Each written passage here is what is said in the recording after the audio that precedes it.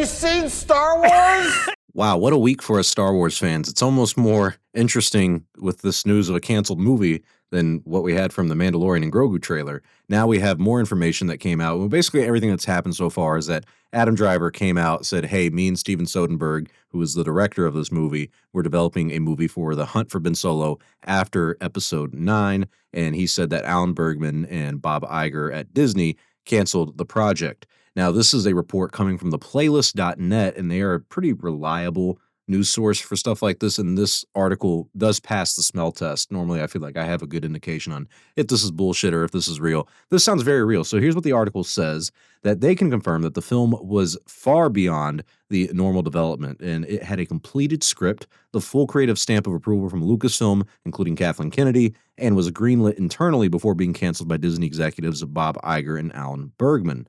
Sources close to the project emphasized this was not a loose concept or early pitch. The film was operating under the codename Quiet Leaves and had a finalized screenplay and was entering early prep and staffing stages. Disney purchased a fully developed treatment and beat sheet developed by Soderbergh and his wife, Rebecca Blunt, who was a screenwriter, and then they hired Scott Z. Burns to complete the screenplay, and he was paid more than any other Lucasfilm writer in history. I think the reports are saying that it's about $3 million that he got. If you remember Burns, Scott Z. Burns did a pass on the Rogue One script after like Gary Whitta had done his and Tony Gilroy had did his. He came in and added a little bit to it.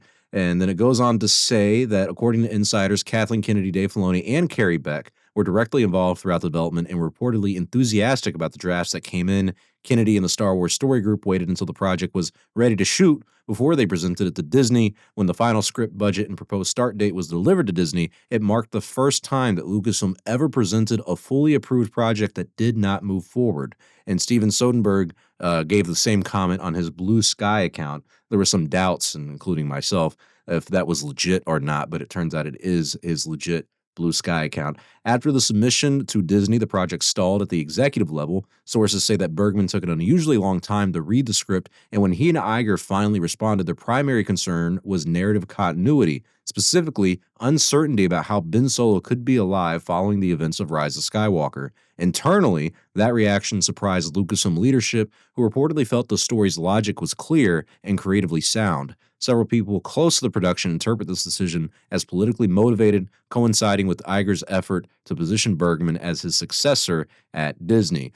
And they kind of talk about the fallout from it and everything and what's been the reaction online. They kind of talk a little bit about the replacement for Bob Iger being Alan Bergman, saying that Disney's board is scheduled to meet in January to determine Iger's successor. And then after that, Kennedy will step down from Lucasfilm president and her successors will step in. So a lot of interesting things from this article and a lot of stuff that does make I think the most surprising thing is kind of twofold, which is Lucasfilm had a completed script. Like this is the script we're going to use to make the movie. We're good. We're all on board with it. That alone is actually very hard to do for Lucasfilm. I mean, it's all the movies they've been making for years at this point. A lot of these Star Wars movies just don't get scripts that they like. And the fact that the three bigwigs over there at Lucasfilm, Kathleen Kennedy, Dave Filoni, and Carrie Beck, those are the main three people now. The fact that they were on board with this and it still did not get the approval is kind of shocking for a lot of people. The other shocking aspect of it, I think, in my opinion, is that people are like upset about this. People are mad at Alan Bergman and everything. This is the first time they've ever turned down something. But what I don't understand is how people don't understand where Bergman and Iger are coming from. If you're Alan Bergman, you're now in charge. And just a quick little history here. Alan Horn was the original Disney Studios head of everything. So anything with Marvel, Lucasfilm, Pixar, that goes to Alan Horn. Alan Horn left like in 2020, and Alan Bergman took his place. I know it's confusing because there's Allens. And what's going to happen in the near future is Bob Iger is going to finally step down as CEO of Disney. He's been wanting to do it for almost 10 years at this point. And after that, Kathleen Kennedy will be replaced by Dave Filoni and Carrie Beck. And she'll probably stay around Lucasfilm for another 5 to 10 years to help them take over those roles. But that's what I see. We'll talk more about the Lucasfilm change of powers and stuff like that in another video. But I do think that's something we need to kind of operate under the assumption of Lucasfilm is going to change leadership from Kathleen Kennedy to Carrie Beck, and then maybe Dave Filoni as like a co-president. So it's weird that Alan Bergman turned it down to a lot of people, but I understand where he's coming from. If Lucasfilm came to you and they have this script and you're like, all right, what's this movie? It's called The Hunt for Ben Solo. Okay. In the last movie, episode 9, he died, right? Yeah.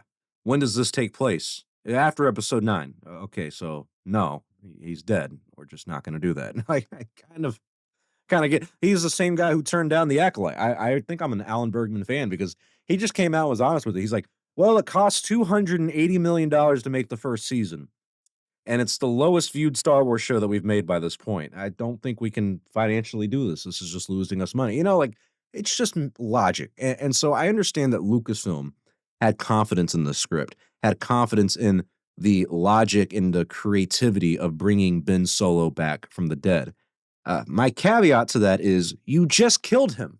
Like you literally just killed him in the last 30 minutes of the last movie that we saw. So I really get annoyed that this is such a big deal and that so many fans are like, how dare you cancel this movie and not make this movie? You really just want to see Adam Driver back as Ben Solo, which kind of just shows that the sequels really didn't do the character right. And it also shows that Lucasfilm just does not plan this stuff. Like, I'm sorry, if you wanted Ben Solo to have his own spin-off movie post episode 9, you probably should not have killed him off in episode 9. And it would have been very weird to have him live and Rey is, still alive and they both get their own spin-off movies. And then there's other movies that are apparently being developed that are about what happens after episode 9. So it's stuff like that where it's like, well, did what happened in episode 9 even matter? I mean, I didn't care when he died because I had no emotional investment. It's an emotionless movie. If you cared about his death, I, question your ability to enjoy, good movies. But regardless, I don't think anyone felt anything when Ben Solo died. But you still did that with an intention of this is a powerful moment in the series, and you undo that by bringing him back. All these people who are like, oh, it's a good idea to bring Ben Solo back from the dead are also the people who are upset, rightfully so, that Grogu and the Mandalorian reunited in the Book of Boba Fett. It's one of those things where it's like this stuff takes away a lot of what we were building on. Grogu and Din Djarin splitting, that is something we should have stuck with for a while. Ben Solo dying in the most recent Star Wars movie and then having an entire movie just about him surviving, apparently, or coming back to life in the next one, it just undoes a lot of the stuff that I feel like would have had some emotional weight or impact on the story. I just really dislike this notion that we've been doing with Star Wars where no one can die. No one can die. Anyone who dies comes back. Darth Maul's not dead. He's still alive. Boba Fett's not dead. He's still alive. Palpatine is not dead. He came back from the dead. How did he do it? Oh, I don't know. The dark side of the Force is pathway, yada, yada, yada, yada. Well, how did Ben Solo come back? Well, we really just wanted him to come back because Adam Driver wanted to do another Star Wars movie. It's stuff like this where it's like, you guys need to think about this when you're making these movies and don't sit here and tell me you have a plan this entire time. And then stuff like this happens where it's like, you really telling me your plan was to kill Ben Solo at the end of episode 9 and then bring him back immediately in the next movie. And so I think two things are going on here when it comes to Lucasfilm against Disney in this situation. I think Lucasfilm does want this movie to happen and is probably a little annoyed that this got turned down. It's the first time they've ever been turned down, which that in itself is a little surprising. But I think Lucasfilm realized that Disney desperately wanted a Star Wars movie. The hiatus was taking way too long. Disney's not happy with Lucasfilm taking this almost 7-year break from the movies and not really having anything to show for it. There's still really no plan, it seems. And so they take this break, and Lucasfilm realizes, hey, we have this great movie. We have a script. Like, we are ready to go. We're going to get Disney to greenlight this because we're going to come up to them and tell them, hey, like, we have a date, we have a budget, we have a script, a director. Like, we're good. This is going to be good. And that would have kind of put Disney in a position to say, well, we really want a Star Wars movie. So even if this doesn't make sense to us, we need one out. So let's just make this.